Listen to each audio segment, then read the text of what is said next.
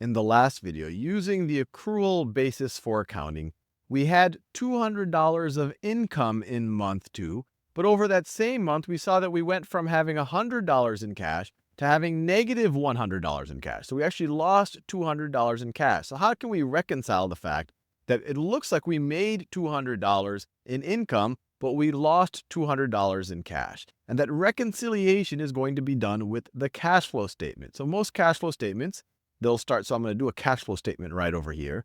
So they'll start with your net income, or actually they'll start with the cash that you started out with. So they take you from this cash balance to that cash balance. So they'll say something like starting cash,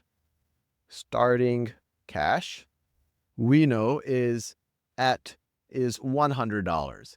And then they'll say, in the most naive interpretation of things, your net income in theory should be cash you're getting, or at least it's some type of profit. You're getting some assets in the door, or at least you're counting as if you're getting some assets in the door.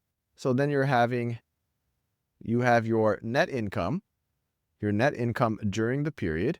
And here we'll literally just take whatever's reported from the income statement. So over there, we get 200 net income.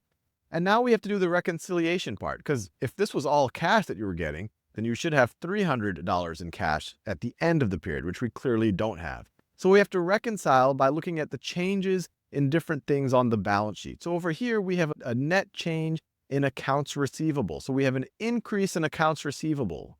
So I'll call it AR increase. AR short for accounts receivable, just to save some space.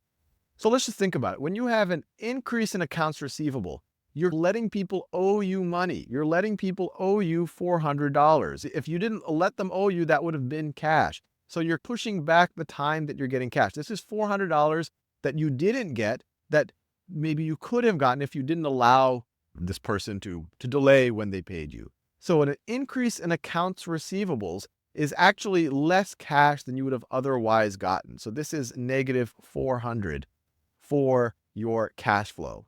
And we had no other changes. I don't even address accounts payable here. That's essentially pushing back owing people, paying your vendors money, but I don't even address that in the previous example. No other changes in our liabilities. So this is the only adjustment we make. And so if we do this, and sometimes this will be called a use of cash or subtraction from, or there's different ways that it can be phrased in different contexts. But over here, you'll have your net cash from operations. Cash from operations, I'll just say ops. And over here, you can see when you add it all, just the cash from operations, 200 minus 400. So I'm just adding this part right over here. You have negative 200. And so your starting cash is 100. You have negative 200 cash from operations. And this is what you would have also gotten if you had done cash accounting. You would have had negative 200 cash from operations. And then if you start with 100, you use $200 in cash, your